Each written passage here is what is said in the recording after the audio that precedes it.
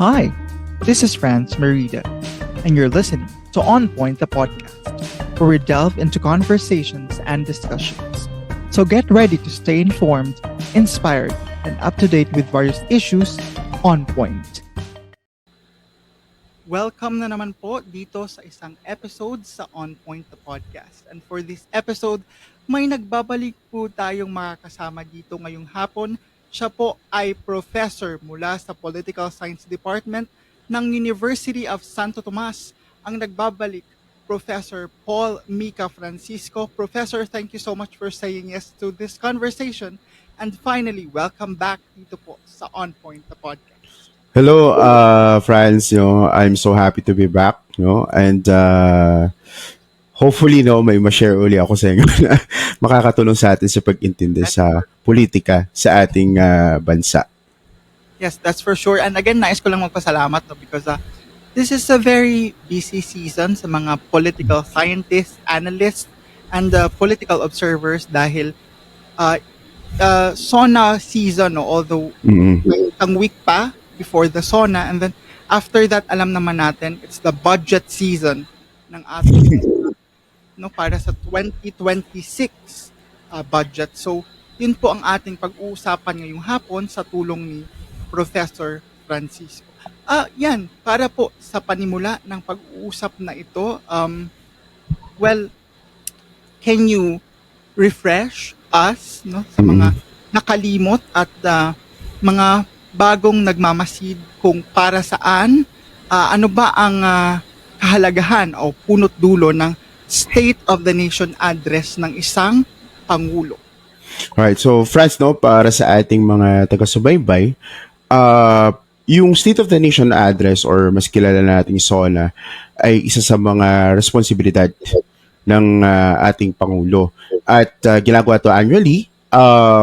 It's done, nakalagay ito sa Constitution sa 1987 Constitution, at ito ay ginagawa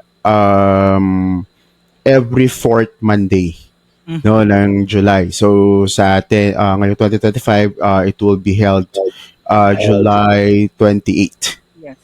Okay, July 28 siya. Tapos basically yung SONA, siya na rin yung parang nagiging opening, yung opening ng Congress. So kung sinabi natin Congress, ano yun, kasama na yung both houses doon, Senate at saka House of Representatives. So ano ang ginagawa, anong purpose ng Pangulo kapag nagsosona siya? Basically para siyang report, sinasabi kung ano yung accomplishments, ano yung mga nagawa.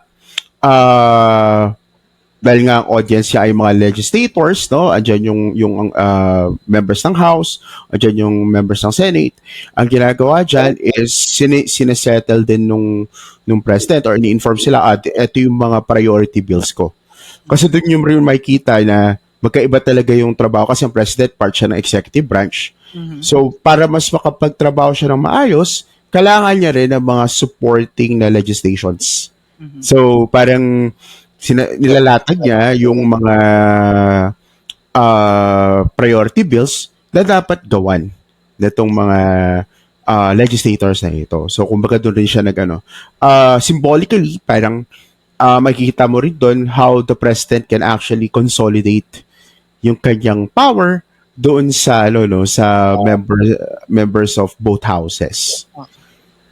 Kumbaga, sa madaling sabi, ito yung mga panahon na nakikiusap ang presidente sa legislatura na, kumbaga, ang sabi nga nung iba, i-certify as urgent yung mga certain bills, At dito natin, tama yung sinabi ni Prof, dito natin makikita kung gaano pa ba ka-influential yung isang Pangulo sa panahong ito, kung gaano ba niya mag-consolidate ang power, given that ito na yung second half ng ating presidente, So dito na, kumbaga, this second half is yung tinatawag ng ibang eksperto sa aking mga naririnig, is establishing the legacy of the president, dahil sa 2028 dito na malalaman kung effective ba yung kanyang i-endorso kung sino mga personalidad ito. Well, I just wanna ask you, on a personal, I don't wanna put you in the hot seat, pero ganun. Hindi, okay lang.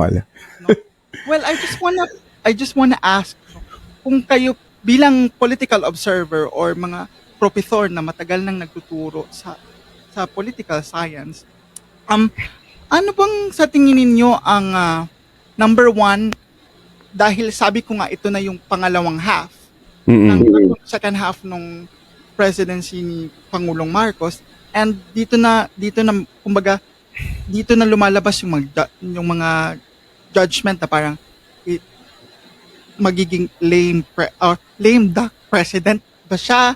Mm-mm. Ano ba yung sa tingin nyo na kailangan niyang tutukan na mga agency, for example, or do you have a particular program na sana kailangan niya nang gawin sa half na ito para masabing establishing talaga nung kanyang legacy? And my question number 2 is, doon po sa first half, ano ba talaga, kung kayo ang tatanungin, what do you think is the, kumbaga, selling point, no, ng administrasyong Marcos, kung kayo ang papipiliin sa dami ng mga flights na kanyang Mm. ano ba? Number 1 is, yun nga, ano ang kailangan na program na kailangan niyang tutukan sa second half? Then, ang question ko din is, sa first half, ano sa tingin ninyo yung parang pinaka point na sa tingin ninyo ay naging successful ang ating Pangulo sa pagpapatupad ng kung may programa man, o Mm-mm. do you think is that? Alright, doon sa unang tanong, no, kumbaga, this is not the time for, more promises. No, kung alam mo yun, ipangako yan yung first 3 years or first 3 sonas niya. I think doon mag-focus na lang siya sa papatupad doon or para ma-achieve yung mga. Pero kung meron mang up until now, siguro hindi naman bago to because yung pagdating para sa economy, yung issue Diba? So pag sinabi mo yung sa economy, ang dami na yan, sama-sama na yan. Una, inflation, no? Grabe yung taas ng bilihin ngayon. Although, parang, at least in the last quarter ng 2024, medyo nag-slow, last quarter 2024 up until the first quarter, no? Or even the second quarter ng 2025, bumababa yung inflation, but still, may kita mo, talagang tumataas pa rin yung bilihin. Hindi na nga lang kasing bilis before. Okay. So, in a way, magre-reflect din yung economic policies na meron yung administration, which is, kung tutusin naman, wala naman masyadong pagbabago. That I think is the first concern. Yung pagdating sa economy, sa inflation, papasok din dyan yung sa trabaho, how are you going to produce more jobs, how are you going to attract more investments. Kasi the more investments you have, the more investors you have, mas maraming trabaho yung pwedeng may produce. If there's another thing na sa tingin ko may pagka-successful itong si BBM is that yung pag-diversify niya sa pagdating sa foreign policy, which is if the previous administration they focused more on China, eto mas nag-diversify siya. Ang sinasabi kasi is bumalik na naman tayo sa dati na parang masyadong sa US, but that's not exactly true. Of course, the US still your let's say most powerful ally, especially sa nangyayaring dispute sa West Philippine Sea, South China Sea. Pero may kita mo yung mga pinapasukan na treaties na mas marami na siya. Okay. We have entered parang trilateral treaty with Japan and United States, of course Australia, pumasok din I think sa New Zealand. So makita mo yung and meron ding interest, meron ding interested na iba pang mga bansa to actually establish that kind of relationship. I think Poland, parang na-report recently, Poland is thinking about it. So you see that kind of diversification, hindi mo naman parang sinasabi na na kaibigan mo that's not exactly true, but you're just trying to make sure that your national interest is still paramount. Yun yung may nakalagay sa Constitution yung sinasabi na, kaya tayo nagpunta sa China kasi independent foreign policy. That's not, it's not, parang ironic yung statement na yun kasi independent foreign policy pero parang you're giving China more leeway. Yeah. Diba? So at least ito, pag nag-diversify ka, mas marami kang allies, you're trying to ang mahirap lang dito siguro later on how are you going to balance all of these things kasi sa ngayon it will be advantageous given the our situation pero yung parang yung hopefully if this will be over in the future papasok pa rin din yung para babalansin yung basa pero I think it's a good what do you call this accomplishment on the part of this administration. Tapos, babalik ko lang kasi may kinalaman pa rin sa economy. Halimbawa, di ba, nangako siya nung yung 20 pesos na bigas. Ako, on the one hand, syempre, at face value, let us say, very, parang okay to na meron nang nabibenta ng 20 pesos na bigas. Pero at the same time, I am worried because meron siyang trade-offs. Number one, sinasabi doon, tumataas yung utang natin. Although hindi pa rin siya kasing taas nung iniwan ng previous admin. Tumataas yung utang natin. I think one of the reasons why na pinupunta ng utang would be para ma-subsidize. Parang diba? Parang it's just for the sake of selling yung bigas na 20 pesos per kilo. Puro siya for the campaign promise or hindi masyadong na-institutionalize kasi yung 20 pesos na bigas. And siguro dyan din pumapasok yung nakikita ko, no? I don't know if you agree with me. But dito pumapasok yung for the sake of ma-deliver lang niya yung promise niya. Tapos hindi na institutionalize. Tapos pag upo ng next president, iba na naman yung working. At saka yung part na sinasabi mo na institutionalized, this is actually very difficult to institutionalize. Given the fact na parang siya, dole outs. I'm sorry to say, but parang galing yung setup niya na for the sake of delivering a campaign promise, mo na lang siya, bibigay mo siya. Yun nga lang, na naman yun, haharap na naman tayo dun sa attempt ng bansa na maging isang welfare state. Which is, sa akin, matagal ko ng criticism, no, hindi lang sa administration na to, sa maraming administrasyon, na we are trying so hard to become a welfare state na hindi naman natin kaya talaga without borrowing a lot of money. No, from foreign, debtors. And another thing, nagrereklamo yung mga magsasaka, mga local farmers, na dahil din sa 20 pesos na bigas, may sa kanila, may impact sa kanila. Yung yung pagbaba ng presyo ng bigas kasi bababa rin yung benta. Yes.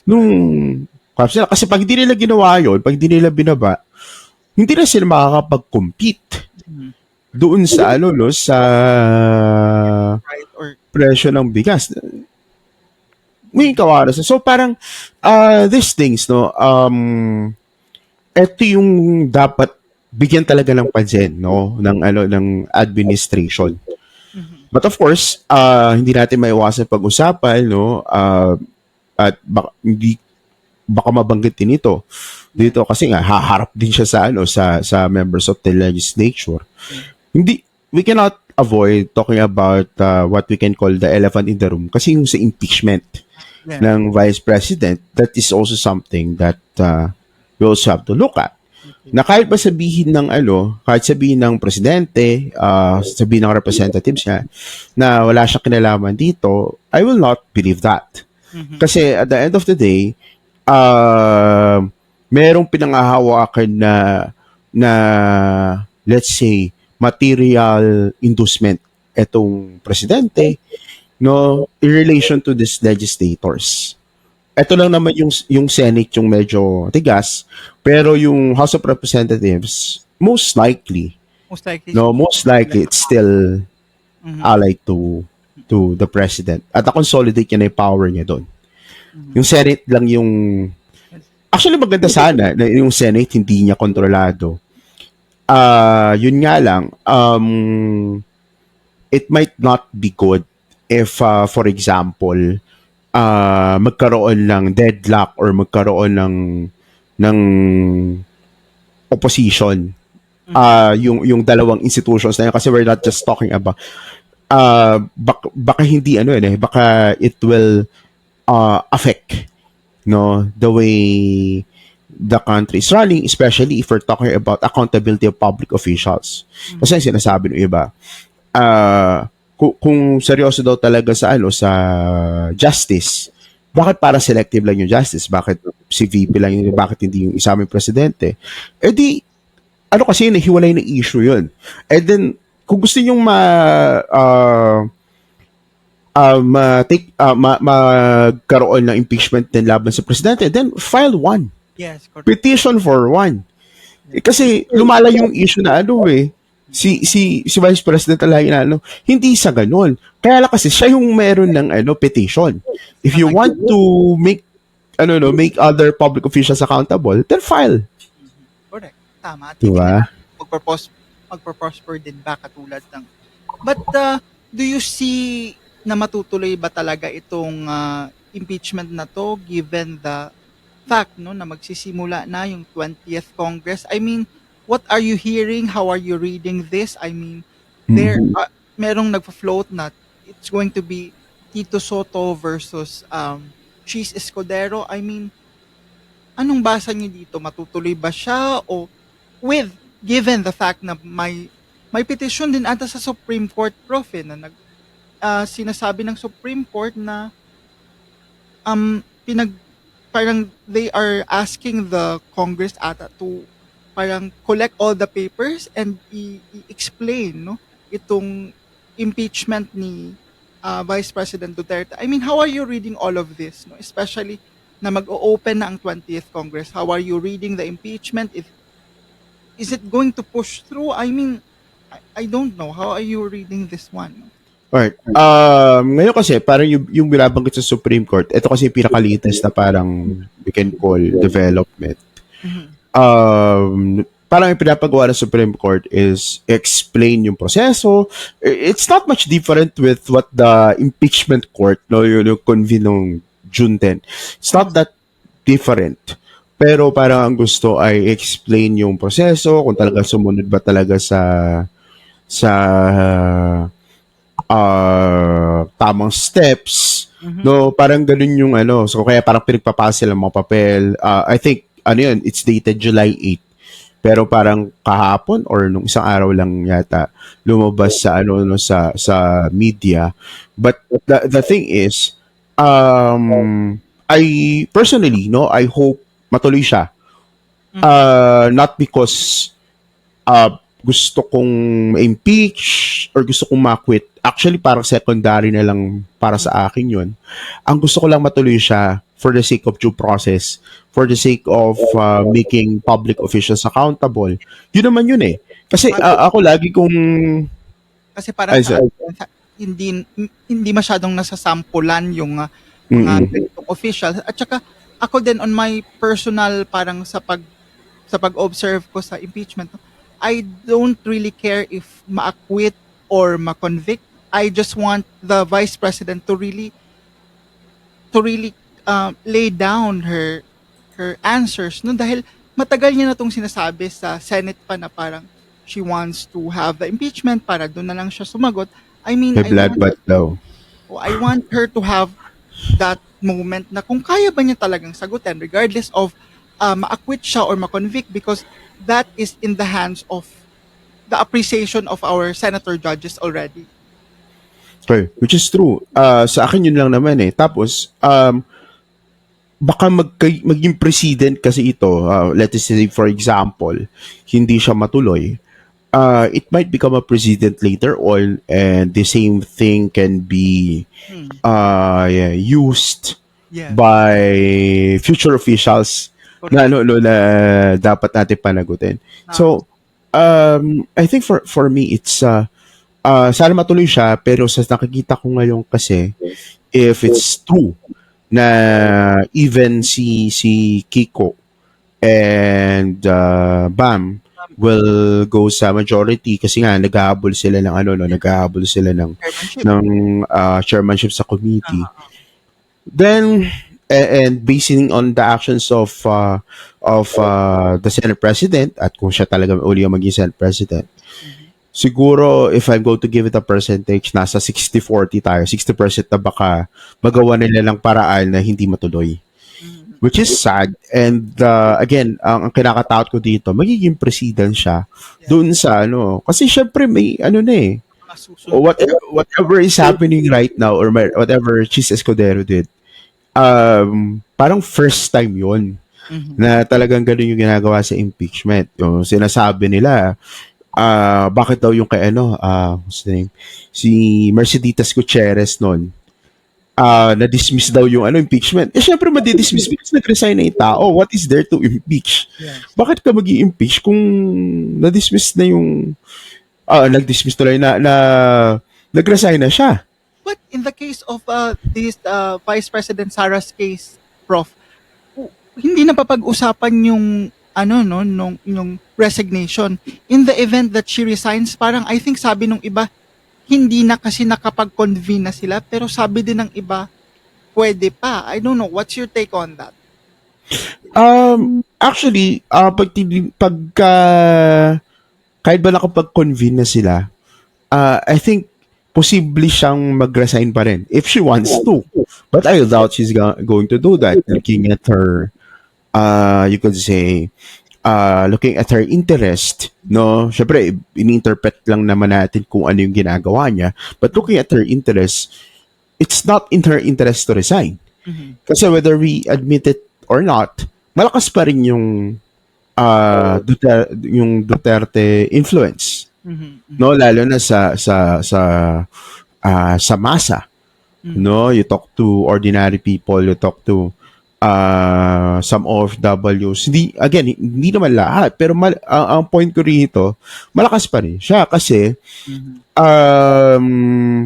going or looking forward sa 2028, siya pa rin yung ano, most likely na magiging presidente. And if all remains the same, no, talagang siya yung second Duterte president na magkakaroon sa Pilipinas.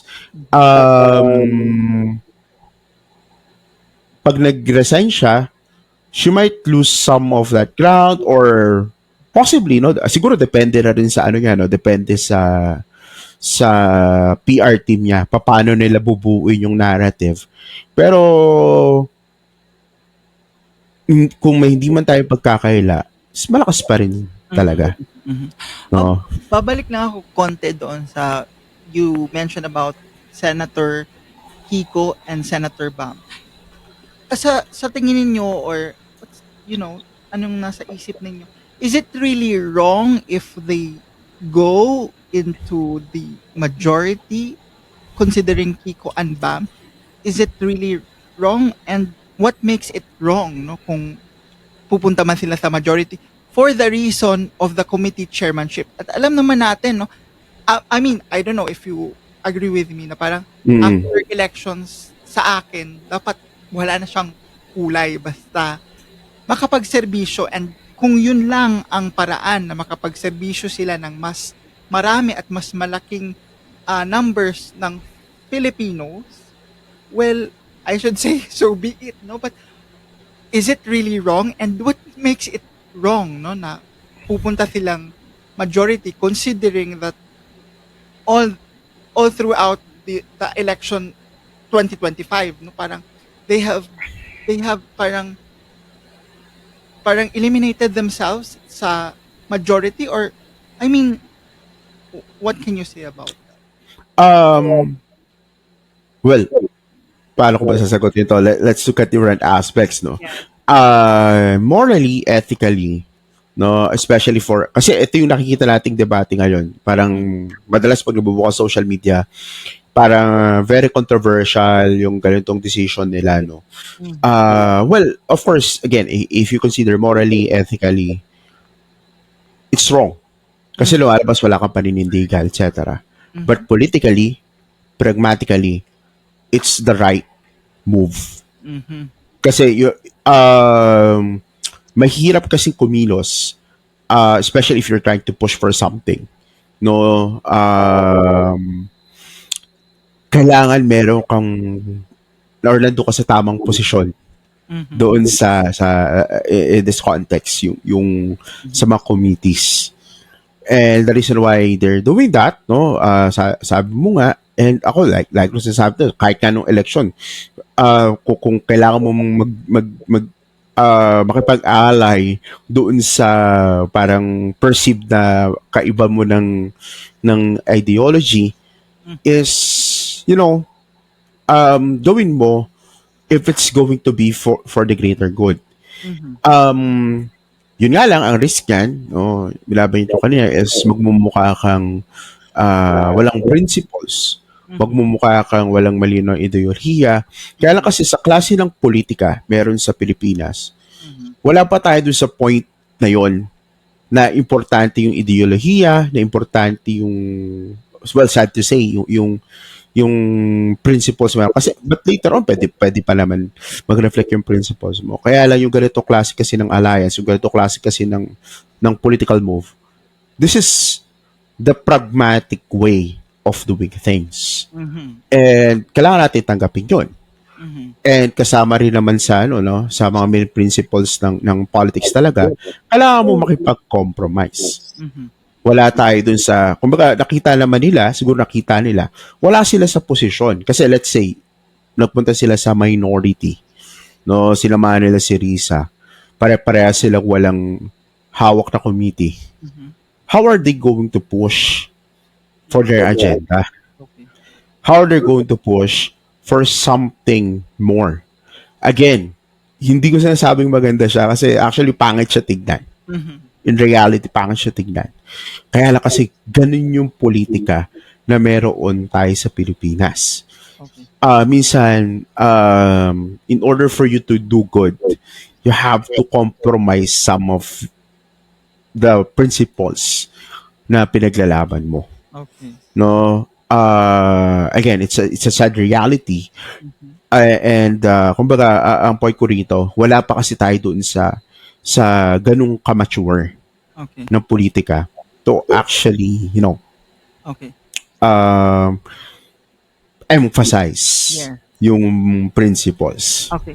Ipupush ko lang ng konti towards 2028. Ganun naman talaga ang mga political scientists. Kahit wala pang 2028, pinapa ano na sa crystal balls ninyo ang 2028, 2025 pa lang tayo. But, well, itong ganitong move nila na parang sided with the majority, even if associated sila sa opposition, no? Ano ang magiging ano nito? Although again, alam ko malayo pa, but ano yung magiging effect nito kung meron man, no, sa 2028? Effect in the sense na effect doon sa makikipag-associate sa kanila. I know na parang hindi sila up and running for 2028 kasi Mm-mm. of course, but I've heard na parang BAM is being groomed to be one of the faces of for 2028.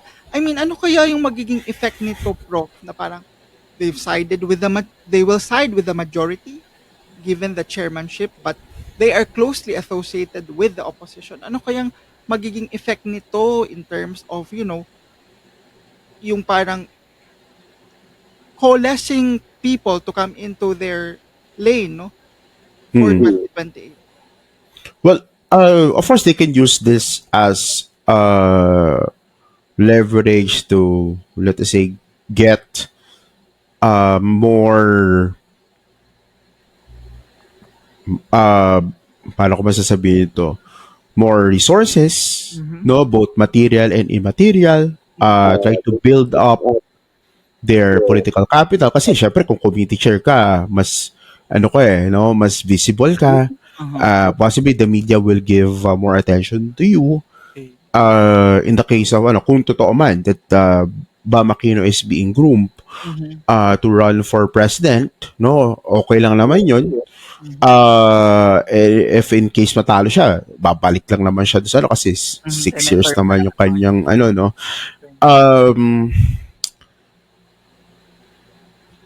It can be an advantage for them. Mhm. Okay?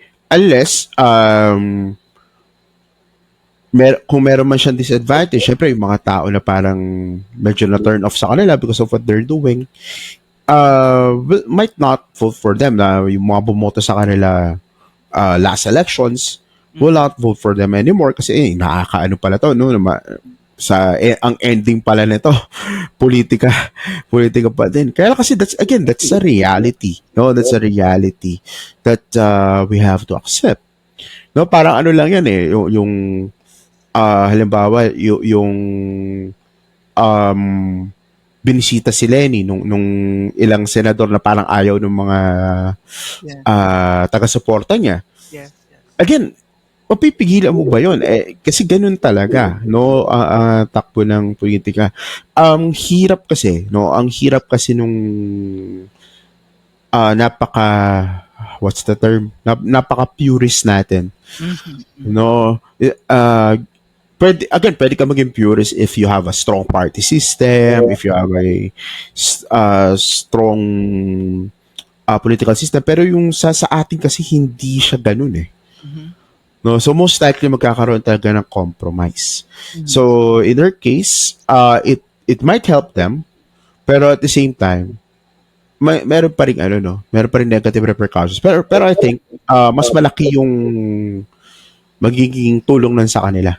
Okay. No, na they're part of the majority. They are trying to get this committee chair positions. Magiging mas advantage sa kanila. Okay. May negative pero I think mas malaki yung advantage. Balikan ko lang yung mismong SONA talaga, no, nang balik tayo ng konti doon sa SONA ng Pangulo. I just wanna ask, no, ano yung ini-expect ninyong marinig sa SONA and ano yung ini-expect nyo ding hindi tatalakayin sa SONA? May it be because for personal reasons or sadyang ayaw lang talagang banggitin? Dahil, sa pagkakaalam ko in my own analysis, talagang ang SONA talaga para sa akin sana is the realistic state of the nation. Pero again, this is parang para sa akin, ginagamit din yung SONA for grandstanding or political posturing. But, ano yung inaasahan ninyong sana'y marinig ninyo? Ano yung inaasahan nyo ding hindi marinig because of, hindi lang talaga gustong iparinig kung ano ba talaga yung totoong sitwasyon sa ating bayan? Well, most likely, ang i-emphasize dyan ni BBM would be his accomplishments or what he perceive as his accomplishments. Hindi mababanggit dyan yung let's say, or at least hindi mabibigyan ng context yung some of the numbers is going to present. Kasi pag tinignan mo yung mga numbers, everything is on the positive side. Halimbawa, tumataas yung economy, bumaba si inflation, pero magkukulang siya sa context. That, I'm sure, ganun yung mangyayari. Ganito, tumataas yung economy natin, dumadami investors, pero kulang sa context. Yung sasabihin niya. Kasi syempre, I have not heard a single president in his or her SONA na nagsabi na or nagbigay ng buong context dun sa basta ito yung numbers. Positive siya, tanggapin nyo na lang. Hindi dyan mababanggit yung sa tingin ko baka umiwas si BBM na banggitin yung tungkol sa impeachment. No, although medyo 50-50 ako doon, pero I think he's leaning more towards not mentioning that. Especially pagdating dun sa sa mga priorities nung kasi the guy knows how to play politics, no, in fairness to that guy, in fairness to BBM, marunong siya maglaro, na he has a hand sa impeachment but he does not show it directly, no. Ano siya, more on the traditional politician siya rather than katulad ng mga Duterte type of politicians. I'm expecting na mabanggit yung tungkol sa West Philippine Sea, sa South China Sea. I'm expecting that.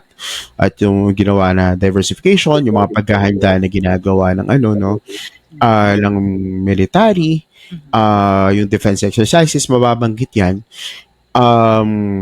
Well, of course, you expect na mabanggit yung what to call this,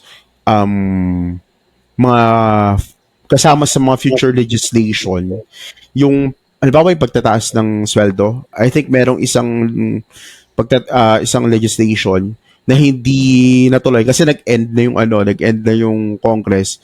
Parang pumasa siya sa House of Representatives, pero yung Senate dahil hindi nila na push. Baka yun ay banggitin ng Pangulo na isa sa mga dapat bigyan ng pansin para mas mapaganda yung buhay ng mga manggagawa. No? Ano pa ba? Kasi most of the things na naiisip ko or ina-expect ko na sasabihin talaga, more on the economy. No? Pero hindi niya babanggitin dyan yung tungkol sa utang, no, na lumalaki at kung paano i-address. Yes. Hindi rin yan mababanggit yung repercussions nung 20 pesos na bigas. Siyempre, pag mamalaki mo, eto na yung 20 pesos na bigas. Pero hindi yan mababanggit yung negative repercussions na meron. I just wanna go to the point na parang ako nakarinig na din ako ng SONA sa TV, panahon ni GMA, panahon ni Pinoy. I mean, I've seen all the numbers, all the PowerPoints, kasi may nagsasabi na parang reportorial siya or parang nagre-report, di ba? Parang summary ng mga achievements or kung saan mo gustong dalhin yung bansa for the next 3 years or for the last half. With all the graphs, with all the PowerPoint, this is very, kumbaga, para sa iba, no? Na hindi, kumbaga, I just wanna say na parang siguro ang political science lang or ang mga social studies na mga people or nagsa-study ng political science or social studies ang medyo nakaka-appreciate. Pero how about those non-political scientists or social science na students or scholars? How do we make them appreciate this kind of event, no? Or yun nga, katulad nitong SONA Prof, na how do we make them appreciate and how do we make them ask questions and believe, no, na ito ay importante at ito ay nakaka-affect in somehow, indirectly or directly sa mga buhay-buhay ng simpleng Pilipino. I mean, does it have to do with the language of the president na kailangan Tagalog? Does it have to do with the dapat shorter yung speech, no? Dahil nung mga unang previous administration may mga 1 oras, 30 minutes, 40. I mean, how do you see it na parang mas umabot siya sa on the ground, na which is ang punot dulo ng lahat ng to. Kung maging successful o maging hindi ang isang administrasyon, talagang people on the ground are the most na parang naaapektuhan. Alright, tama yun, no? Isa yun sa mga challenges not only halimbawa sa presidente during SONA, pero sana sa mga katulad natin na academics, yan, challenge yan yung paano mo ipapaintindi sa mga tao yung mga ganitong bagay. You mentioned about the language, possibly, no, na if the president will speak a language that a lot more can understand, a lot more can appreciate, mas maiintindihan ng mga tao itong mga numerong ito. Particularly mga mas ordinaryong tao. But of course, that's sa control na ng Pangulo yun. No? Kasi siya yung i-deliver ng speech. Diyan sa tingin ko papasok yung role. No, kasi hindi ang hirap naman sabihin na sa presidente ganito dapat gawin para maintindihan lang mas maraming tao. Pero diyan siguro papasok yung mga academics. No, yung mga nakakaintindi.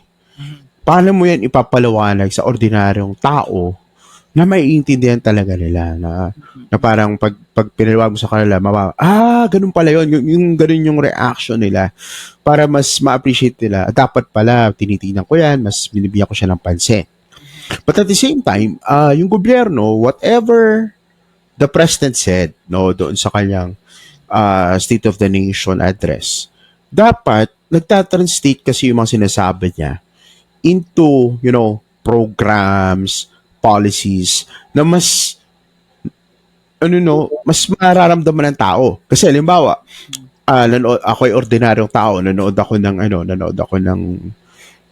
ng SONA. Tapos sinabi ng presidente ganito. Tapos na-experience ko yung program na yon or na nakita ko yon, no, in the previous year. Mas tama siya, mas relevant nga to yung sinasabi niya.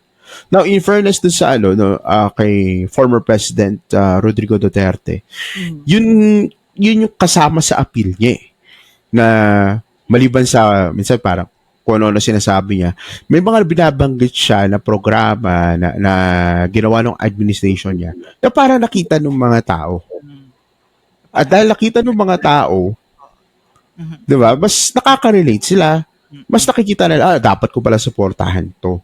So I think yun yung challenge sa tatlong grupo ng mga tao, sa presidente, sa government mismo, paano nila itatranslate yung sinabi ni president into concrete programs, concrete policies, at syempre dun sa mga nakakaintindi, paano maipapaliwanag sa tao na ito yung ito yung sinasabi, ito yung ibig sabihin niyan. So, I think yun yung paraan for the members ng ng grassroots.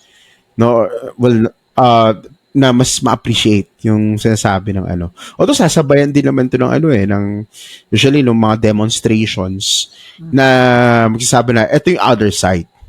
So, siguro yun din, maganda rin pakinggan yun. Kasi pag tinignan mo naman yung mga demonstrations, ito ang totoong state of the nation, rin yun challenge din sa kanila, no? Hindi lang sa presidente na nagsasona yung challenge Pati dun sa mga nagde-demonstrate, nagsasabi na mali sinasabi ng Pangulo or at least kulang yung context na sinasabi ng Pangulo. Ito yung minsan hindi problema rin nila paano rin nila may papaintindi. No, so same same problem. Kasi minsan mahilig rin tong mga demonstrators sa kung anong jargon. No, na kumbaga hindi naman talaga siya ma-appreciate nung ordinaryong tao talaga. Okay. So I think that's how you reach the ground. Okay. Thank you for tuning in for this week's episode of On Point, the podcast. Stay connected by following our official social media pages for the latest updates. I'm your host, Franz Merida, and I can't wait to dive into our next conversation here on Point.